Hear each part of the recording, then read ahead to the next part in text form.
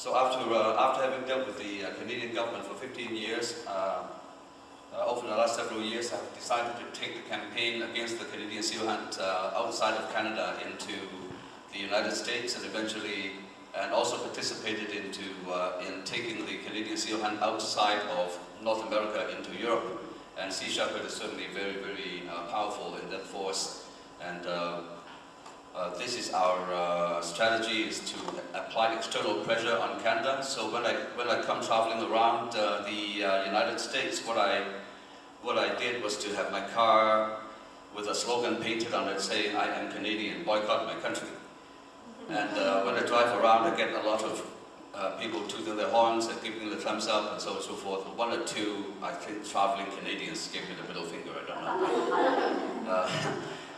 But I have to pay compliment to your country, the US, for being the first country to boycott Canadian steel products. That was quite a while ago, certainly not from the current administration by any means. We can expect that kind of a miracle to happen. So now the war has been moved over to Europe, and over the last 2 or 3 years, one Western European country after another has begun to ban Canadian steel products, starting from countries like Netherlands, Belgium, Croatia, Luxembourg, even Turkey, and then Germany, France, one after another like dominoes. And this year, the entire EU is talking about banning Canadian steel products Europe-wide. And that will certainly deal a heavy blow against the Canadian seal hunt, even though the major market today is not in Europe but in Asia, China and Russia. And these two countries are real tough nuts to crack, I believe. So there's still a lot of work to do, but given the European boycott of Canadian steel products, I believe that it would have a huge impact on the Canadian seal hunt, and the Canadian government has been is getting a little bit desperate now, and they're sending delegations to Europe, and usually when they come back, they just don't produce any results whatsoever. So these are very, very good signs. I think international pressure against any country with any atrocity is the way to go. Campaigning within that country is probably going to be fruitless. So this is one of the lessons that I have learned by having dealt with the Canadian seal hunt, as well as Japanese whaling for that matter, that international pressure is extremely powerful. Now, since the whales have been discussed and the seals have been discussed, there is not much more that we can focus on. So I'm going to go back into global warming and show how global warming could wipe out entire ecosystems in the ocean. I mentioned it in the previous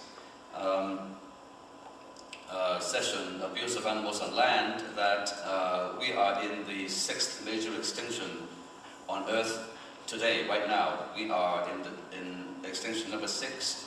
In other words, we have gone through 5 major extinction bouts over the last, let's say, 600 million years since multicellular organisms came to the fore. And of these last 5, including this one, number 6, only one extinction bout was not caused by climate change. And that was the one that we know the best, and that was the one that wiped out the dinosaurs. But that one was caused by an asteroid strike. However, that one was the mildest of all 5 previous extinction bouts in terms of the number of species driven to extinction. Only about 20, 30, maybe 40% of the species wiped out, whereas number 3, which was the end Permian extinction bout, 251 million years ago, wiped out 95% of all marine species. Now we're talking about abuse of animals in the waterways and the oceans.